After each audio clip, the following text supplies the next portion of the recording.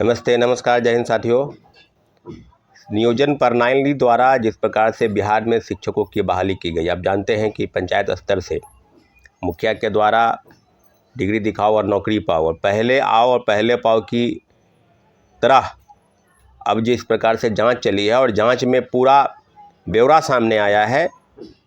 निगरानी ने रिपोर्ट सौंपी है कि बिहार में 2006 से लेकर और 2015 तक लगभग जो नियोजन प्रणाली के तहत जो बहाली हुई, जिसमें हजारों ऐसे शिक्षक हैं जिनकी संख्या लगभग 3000 के आसपास है, उन शिक्षकों के विरुद्ध कठोर कार्रवाई करने की अनुशंसा की गई है और शिक्षा विभाग इस बारे में भी तत्परता दिखा रही है। जैसा कि शिक्षा मंत्री ने कहा और शिक्षा विभाग द्वारा प्रेस नोट जो जारी हुआ है उसमें स्पष्ट तौर पर इंगित है कि सारे शिक्षकों से वेतन की वसूली की जाएगी और लगभग 1400 करोड़ के आसपास जो वेतन सरकार से उठाए थे वो फर्जी शिक्षक, उनको वापस करना है। वहीं दूसरे तरीके से बात की जाए तो लगभग 1830 एफआईआर जो है उनके खिलाफ लॉन्च की गई है और पूरी तरीके से कठोर कार्रवाई की अनुशंसा पर शिक्षा विभाग और शिक्षा मंत्री लगातार कह रहे हैं कि हम कार्रवाई करेंगे। तो फिर नौबत क्यों आई? हम तो पहले से कह रहे थे और पहले से भी शिक्षा विभाग ये मान के तैयार नहीं थे कि हम लोगों ने शिक्षक बहाली की है, लेकिन फर्जीवाड़ा आपने किया, फर्जी बहाली आपने की, इसका तो आपने मान लिया कि हाँ हमने की है, कि फर्जी बहाली की है। तो फर्जी बहाली करने वाले के लोगों के ऊपर कार्रवाई क्यों नहीं होगी? आपने कैसे पता कर लिया कि भाई 3000 ही लोग फर्जी हैं? जांच का दायरा ऊपर बढ़ाइए, जांच का दायरा आगे कीजिए, फिर पता चलेगा कि कैसे पैसे देकर मुखिया के स्तर पर बहाली की गई।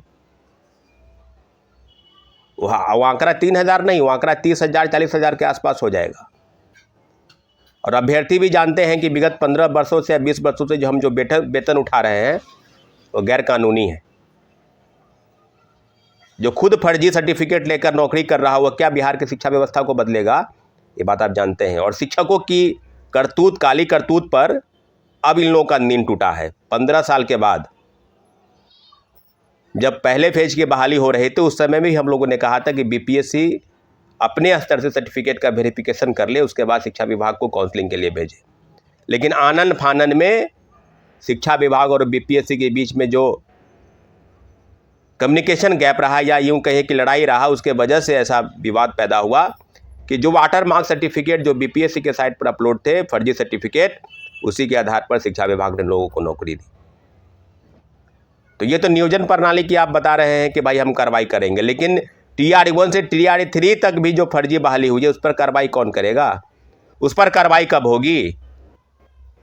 इस बारे में अभी कोई फैसला नहीं लिया गया है, लेकिन उम्मीद कीजिए कि जिस प्रकार से शिक्षा विभाग लोगों को नौकरी दे रही है, तो नौकरी तो आप दिए लेकिन फिर आप हटा रहे हैं।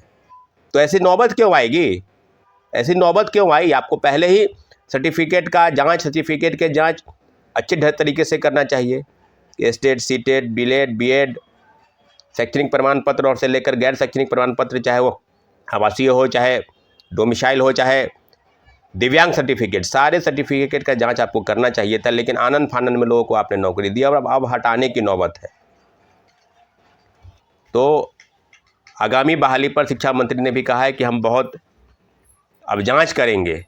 तो सारी बहाली अब ख़त्म हो गई, सब चीज़ों पर अब ख़त्म हो गया, तो अब ये जांच करने जा रहे हैं, लोगों को हटाने जा रहे हैं।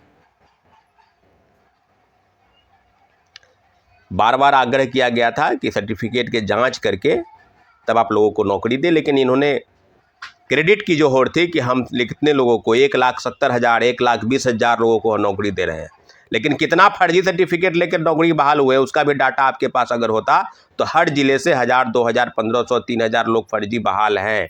और आज की तारीख में अगर जांच हो जाएगी तो उसकी संख्या कम से कम 40-50 हज़ार सर्टिफिकेट वाले ऐसे हैं जो फर्जी सर्टिफिकेट पाकर नौकरी करें। बीएड का फर्जी सर्टिफिकेट है, दिव्यांग का फर्जी सर्टिफिकेट। और बिहार के आसपास कई ऐसे राज्य हैं, चाहे झारखंड हो, चाहे उत्तर प्रदेश हो, वहाँ के नागरिक बिहार में फर्जी डोमिसाइल बनाकर नौकरी कर रहे हैं। तो जांच का दायरा निश्चित रूप से आगे बढ़ेगा और आश्वासन शिक्षा मंत्री ने दिया है। तो शिक्षकों के ऊपर एक काला धब्बा लगा है कि आप फर्जी सर्टिफिकेट लेकर नौकरी कर रहे हैं, लेकिन उससे भी ज़्यादा ज़रूरी है कि जिन लोगों ने नौकरी करवाई है, जिन लोगों ने सर्टिफिकेट की जांच की है, उसके ऊपर भी कठोर कार्रवाई होनी चाहिए थी। लेकिन अभी इसके मामले में सरकार अभी तक चुप है।